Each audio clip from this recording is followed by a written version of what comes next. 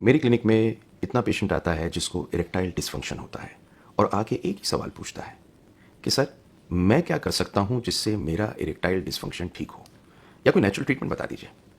तो आज मैं आपको 9 नेचुरल ट्रीटमेंट बताऊंगा इरेक्टाइल डिसफंक्शन को ठीक करने के। डॉक्टर को विजिट कर रही हैं ज़रूर करिए, नहीं कर रहे हैं तो कर लीजिए, लेकिन इन नेचुरल ट्रीटमेंट्स को ऐड कर लीजिए। और साथ साथ अगर आपको इरेक्टाइल डिसफंक्शन नहीं है, आपके ताकत आने में सेक्स से पहले कोई दिक्कत नहीं होती, फिर भी इसको यूज़ कर लीजिए। You will be maintain for a longer time, क्योंकि इस दुनिया में 1/3 लोगों को ये प्रॉब्लम है, 1/3।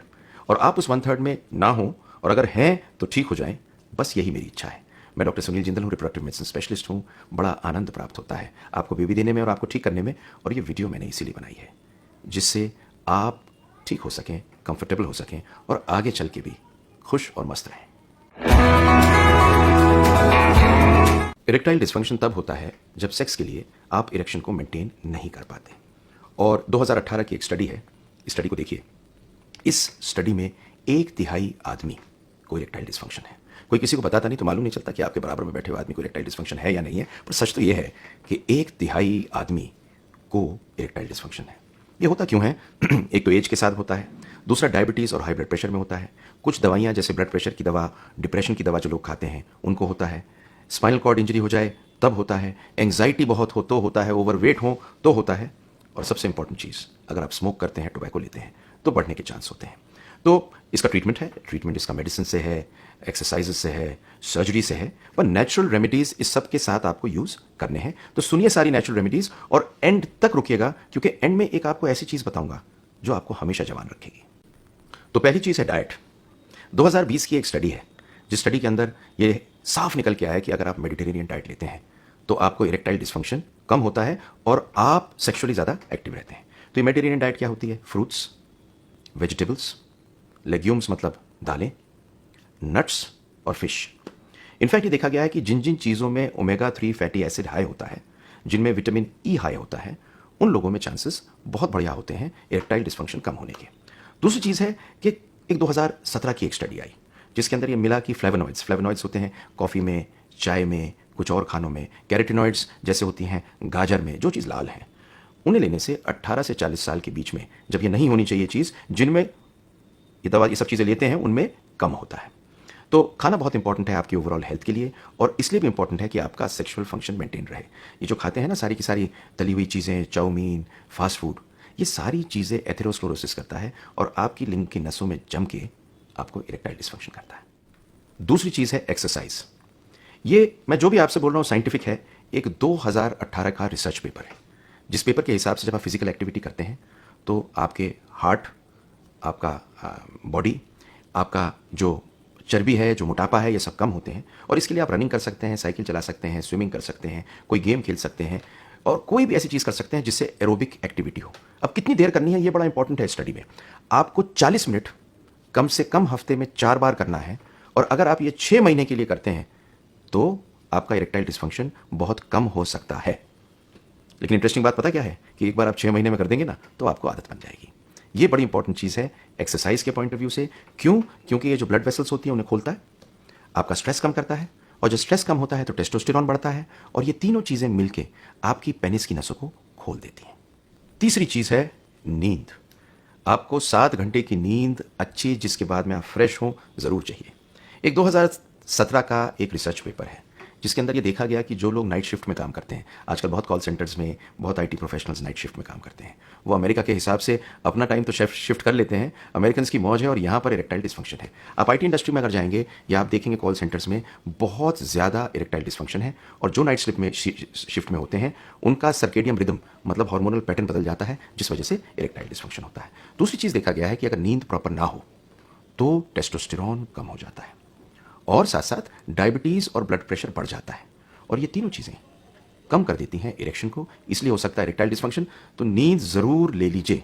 अब चौथी चीज़ आपको बताता हूं जो है वेट लॉस। वेट लॉस बहुत इंपॉर्टेंट है। एक चीज़ आपको बताऊं, जो लोग मोटे होते हैं सिर्फ उनको ब्लड प्रेशर डायबिटीज़ नहीं होता, वो तो हमें दिखता है, सबको कह देते हैं, पर बहुत मोटे आदमियों को इरेक्टाइल डिसफंक्शन होता है। वो किसी को बताते नहीं, इसलिए दुनिया सोचती है मोटापे में इरेक्टाइल डिसफंक्शन नहीं होता, मोटापे में बहुत इरेक्टाइल डिसफंक्शन होता है। इनफैक्ट 2014 की एक स्टडी है कि जिनमें मोटापे के लिए ऑपरेशन किया गया और मोटापे को कम किया गया, उनमें इरेक्टाइल डिस्फंक्शन में बहुत फ़र्क पड़ गया। तो वेट से बहुत कंट्रीब्यूशन है, वेट लूज़ कीजिए, एक डाइट अच्छी लीजिए, एक्सरसाइज कीजिए। तो ये चौथी चीज़ है जो मैंने आपको बताई, स्ट्रेस या साइकोथेरेपी। देखिए, एक चीज़ को समझ लीजिए कि सेक्स, इरेक्टाइल डिस्फंक्शन, मोहब्बत, इस सब में एक चीज़ कॉमन है, साइकोलॉजिकल सिस्टम। तो बहुत बार अगर आपको साइकोलॉजिकल स्ट्रेस है तो आपको इरेक्टाइल डिस्फंक्शन होता है। जो लोग ठीक हों, अगर आप गौर से देखें, अगर आप स्ट्रेस में होते हैं तो सेक्स करने का आपका मन नहीं करता और इरेक्शन नहीं होती। तो स्ट्रेस कम होने के लिए साइकोथेरेपी बहुत ज़रूरी है।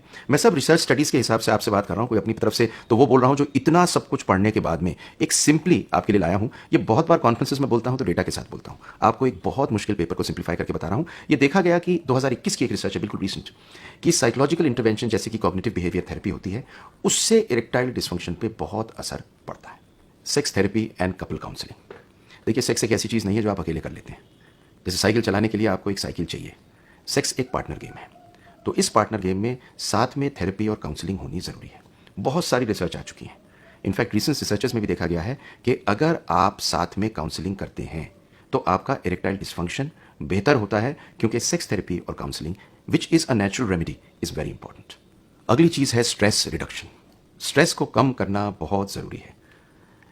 स्ट्रेस कंट्रीब्यूट बहुत बड़ी तरह से करता है, स्पेशली क्रॉनिक स्ट्रेस, टेस्टोस्टेरोन को डाउन करने के लिए, और ये सेक्स की इच्छा के साथ में इरेक्टाइल डिस्फंक्शन भी कर देता है।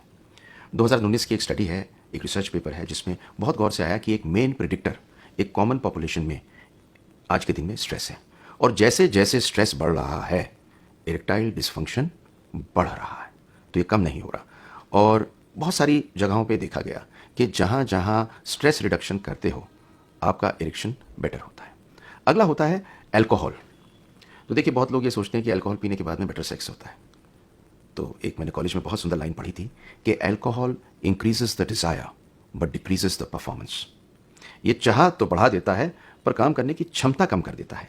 तो ये देखा गया कि अगर 21 ड्रिंक से ज़्यादा कोई हफ्ते में लेता है तो इरेक्टाइल डिस्फंक्शन होने के चांसेस बहुत ज़्यादा होते हैं।